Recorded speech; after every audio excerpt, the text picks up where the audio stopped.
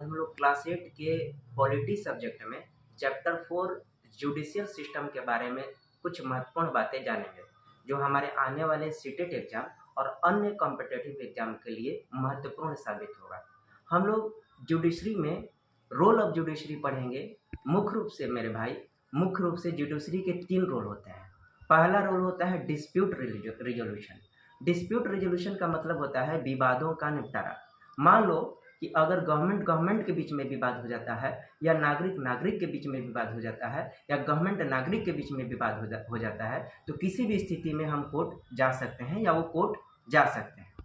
दूसरा जो होता है रोल ऑफ जुडिशरी, दूसरा जो होता है जुडिशियल रिव्यू, न्यायिक समीक्षा।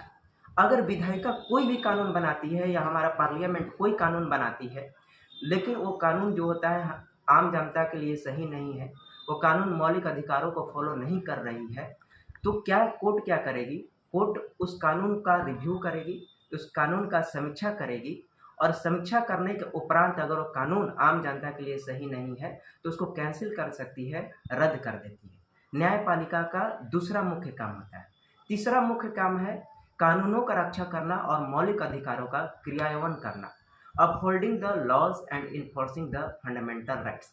हमारा जो कोर्ट होते हैं मेरे भाई, हमारा जो कोर्ट होता है संविधान का फाइनल इंटरप्रेटर होता है। इसका मतलब ये हुआ कि संविधान का मुख्य व्याख्याकार होता है। मतलब ये कि हमारे संविधान में अगर किसी बात को लेकर विवाद हो जाता है, तो अंतिम रूप से जिसकी बात मानी जाएगी, हमारी कोर्ट की बात मानी जाएगी। इसीलिए कहा जाता है कि हमारा जो न्यायपालिका होता है संविधान का मुख्य व्याख्याकार होता है। हमारे न्यायपालिका में 2 सिस्टम है। हमारा जो न्यायपालिका होता है एकल और एकीकृत होता है, सिंगल और इंटीग्रेटेड होता है। इसका मतलब ये हुआ मेरे भाई, इसका मतलब ये हुआ कि ऊपर की अदालत अपना जो भी फैसला सुनाएगी वो फैसला नीचे के सभी अदालतों में मान्य होंगे। अगर सुप्रीम कोर्ट कोई भी अगर फैसला सुना दे तो नीचे के वो कोर्ट को वो मानने होंगे।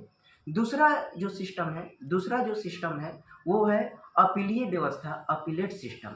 अपीलीय व्यवस्था का मतलब जस्ट सिंगल और इंटीग्रेटेड के उल्टा हो गया। मतलब ये कि अगर हमारे निचली अदालत से हम खुश नहीं है, निचली अदालत के फैसलों से हम खुश नहीं हैं, तो हम ऊपर की अदालतों में जा सकते हैं। इसे ही हम अपीलीय व्यवस्था कहते हैं। बहुत बहुत धन्यवाद।